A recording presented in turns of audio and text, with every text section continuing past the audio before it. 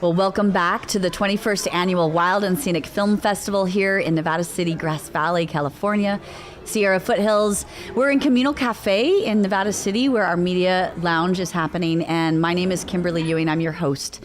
It's been a pleasure, and I'm here actually with Brad Forder. He is actually big digs over in DC. Tell us your role. Yeah, absolutely. So I'm director of programming at the Environmental Film Festival in the nation's capital. And so we have a festival every March.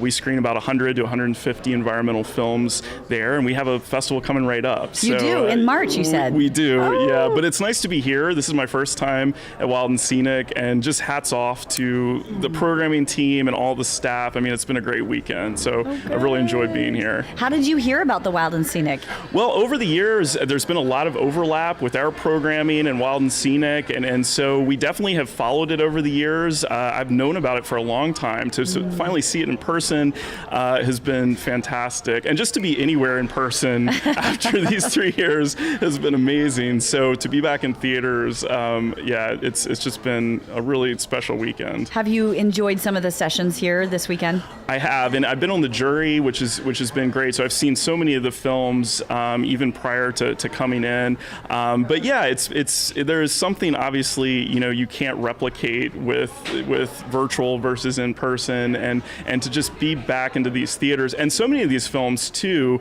they're made for the big screen, right. So to see them, some of them I hadn't seen in theaters. So even though I'd seen them, being here was the first time I'd seen them on the big screen, and films like All That Breathes, which is just a gorgeous film, Path of the Panther, another one that is a strong conservation message.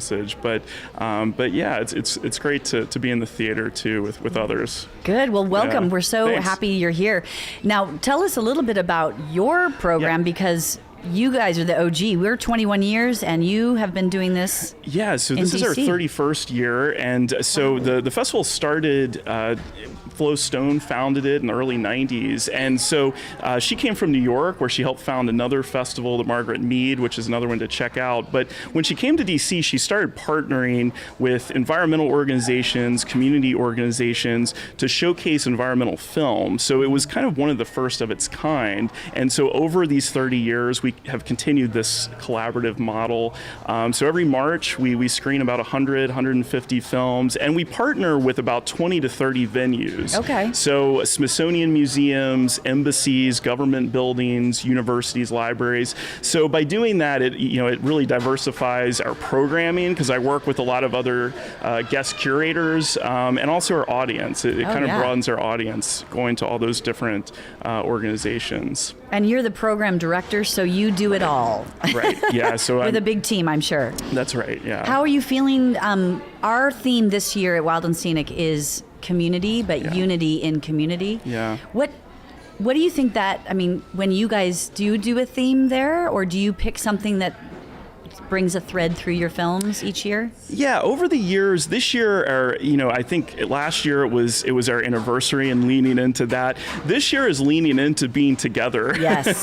And again, I've said this so much, but we, looking back, it's hard to look back, but in 2020, we were about 4 days away from the festival, and we had to cancel. Right, because March 13th, right? That's right. Mm-hmm. That's right. So we're focused this year on being back in person, but there's so many threads that run through the festival in terms of conservation, wildlife, and even just the art of film. So one thing I enjoy about programming at our festival too is just there are a lot of different styles of film there.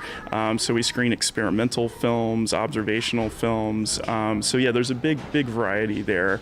Lots of threads running through the programming. And how do you feel? What is the role of a juror? Like, you're one of the judges for the films that you see this weekend. What is that like?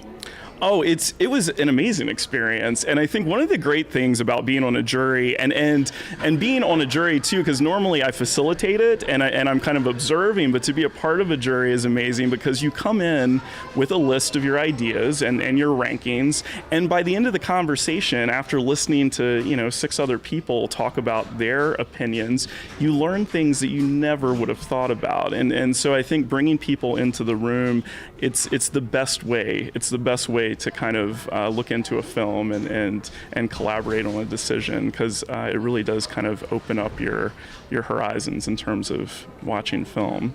And when you hear others' perspectives, Yeah. it's a validation. You're like, oh, right. It is. You know, Yeah. different things that come up. It is. It's a validation, and sometimes you change your thinking too, and it's very natural. Is it like a true jury where you have to come? Everybody has to come into a pretty tight decision. It was hard. Was it? It really was. I mean, it was over lunch, and then it was looking like it might be over coffee and over dinner. So yeah, no, it was a long process, but it was so enjoyable, and everybody was wonderful, and so yeah, I think we came away with some. What are great... some of the categories that you are picking? Yeah, so there's adventure. Yep. There's adventure. There is best of fest. There's kind of best short, and I know there'll be an audience award, which we're not involved with. That's always fun to see. The People's too. Choice Award. Everybody can vote for the film Right. of that session. Yeah, Good. yeah. So, and then later today there'll be an awards ceremony. I'm Yes. looking forward to being there and sharing that with you all. And just as on a personal level, you mentioned a few earlier, but which one really were you voting strongly for? Oh gosh, I don't know. I don't know if I could say. I'm going to dodge that a little bit Yeah. and just mention a couple. But one, and I mentioned a couple of them earlier, but one I also that really stood out was Exposure, Okay. which kind of flipped the script on the adventure film. And Holly Morris is the director, and it's an all-female expedition to the North Pole. And kind of from the environmental programming side, it's such a great film in terms of explaining climate change. It doesn't hit you over the head with it, but basically these are the last folks that will ever have an expedition in this area of the world due to the changing climate, due to sea level rise and melting up there. So Well, and what I understand is the poles will actually experience more Celsius change Yeah. and degree changes than we say 1 or 2 degrees, Yeah. and they're going to have maybe 5 to 7 right. degrees changes, which is very powerful and scary to think about. Yeah, absolutely.